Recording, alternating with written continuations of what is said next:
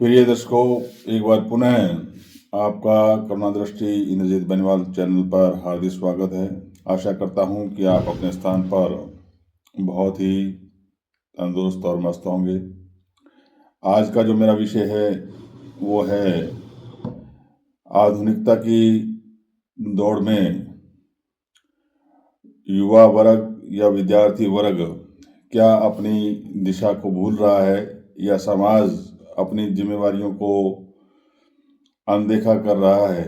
इसी विषय को लेकर के मैं आपके सामने हाजिर हूं। आधुनिकता के मायने क्या हैं? बढ़ती हुई सुख सुविधाएं, सोशल मीडिया, विभिन्न तरीके की सुख सुविधाएं का हम भरपूर आज के जीवन में उपयोग कर रहे हैं। पाश्चात्य संस्कृति जो हमारे ऊपर हावी हो रही है और उसके जो दुष्परिणाम हैं वो भी हमारे सामने हैं, वो जगजाहिर हैं। लेकिन फिर भी या तो समाज ने आंखें मूंद ली हैं या फिर हमने परिस्थितियों से समझौता कर लिया है या फिर ये हमारे लिए और भी घातक सिद्ध होंगी। इन विषयों पे हमें विचार करना है। आज अगर मैं विद्यार्थी वर्ग की बात करूं जो कि अपर मिडिल से ऊपर की जो कक्षाओं में पढ़ते हैं या युवा वर्ग जो उच्च शिक्षा आज ग्रहण कर रहे हैं, क्योंकि मैं उस वर्ग से काफ़ी जुड़ा रहा हूं, तो मैंने बहुत सी बातों पे विचार किया, विमर्श किया और हालांकि मेरे विचार विमर्श भी उनके सामने होते रहते हैं। मैं एक बहुत ही स्पष्ट सा उदाहरण देता रहता हूं।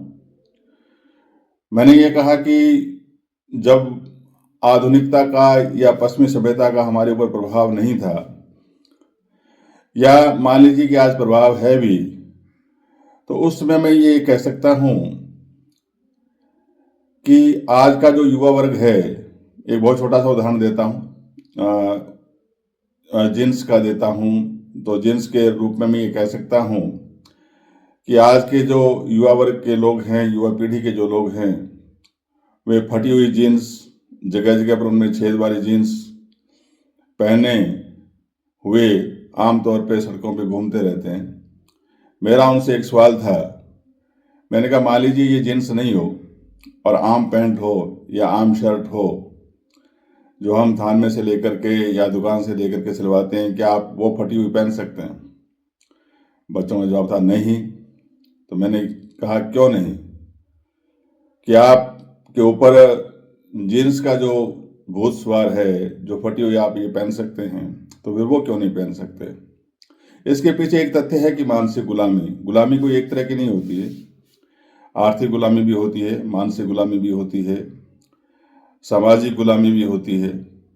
परंपराएं, रीति रिवाज, ये सभी जो हैं हमें कहीं न कहीं अच्छी बातें भी सिखाती हैं।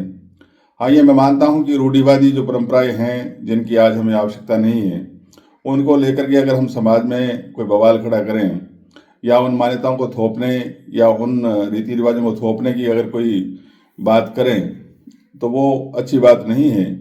लेकिन जो सकारात्मक हैं, जो हमें हमारे संस्कार हमारे अंदर पैदा करती हैं, उन संस्कारों को पैदा करने वाली परंपराओं को जिंदा रखना समाज का काम है, शिक्षक वर्ग का काम है, युवा वर्ग का काम है, जो जिम्मेवार लोग हैं उनका काम है।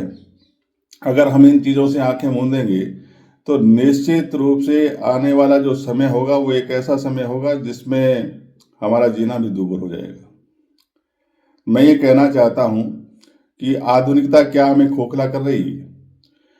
विज्ञान हमें बहुत कुछ सिखाती है। आज हम इस सोशल मीडिया के माध्यम से कह लीजिए या अन्य तरीकों से कह लीजिए, एक दूसरे के साथ संपर्क में रहते हैं, अच्छी बात है। लेकिन इनके जो दुष्परिणाम हैं उन पे भी हमें विचार करना होगा, उनको हमें प्रतिबंधित करना होगा, उनको हमें समझना होगा कि आज का युवा वर्ग उस माध्यम से किस ओर ज़्यादा जा रहा है।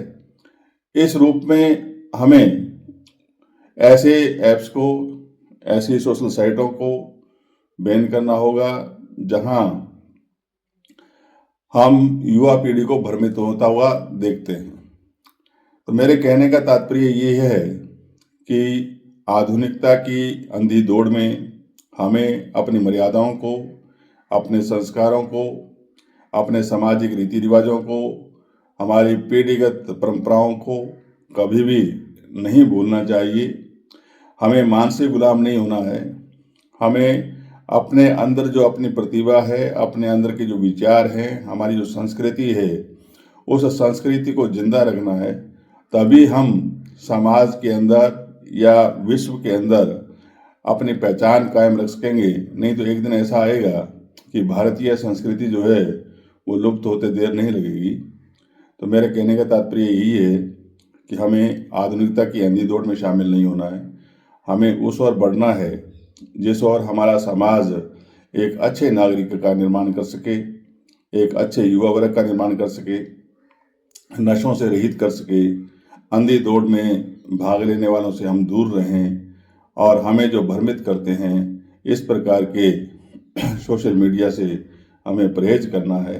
तभी हम अपने समाज को, अपने परिवार को, अपने युवा वर्ग को हम आगे बढ़ा पाएंगे। अन्यथा आने वाला समय बड़ा भया होगा और हम सोच भी नहीं पाएंगे कि किस तरह से हमारी जो युवा पीढ़ी है उसकी जड़ें खोखली हो जाएंगी।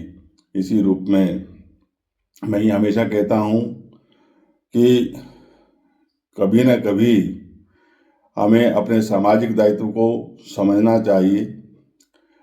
हाँ ठीक है, प्रयास किया जाना चाहिए, एकदम से कुछ नहीं होता है। तो मेरे कहने का मतलब है कि होके ना यूं मायूस शाम से ढलते रहिए, होके ना यूं मायूस शाम से ढलते रहिए, जिंदगी है भोर सूरज से निकलते रहिए। एक ही पांव पर खड़े रहोगे तो थक जाओगे, धीरे धीरे ही सही मगर आगे बढ़ते रहिए। जय हिंद, जय भारत। एक बार पुनः आपका बहुत बहुत आभार इस चैनल पर जुड़ने के लिए, और आशा करता हूँ कि आप इस आधुनिकता के सही मायनों को समझेंगे और उसका सकारात्मक उपयोग करेंगे। तभी हम समाज के अंदर युवा वर्ग को सही रास्ते पर ले जाने का काम कर पाएंगे। जय हिंद, जय भारत।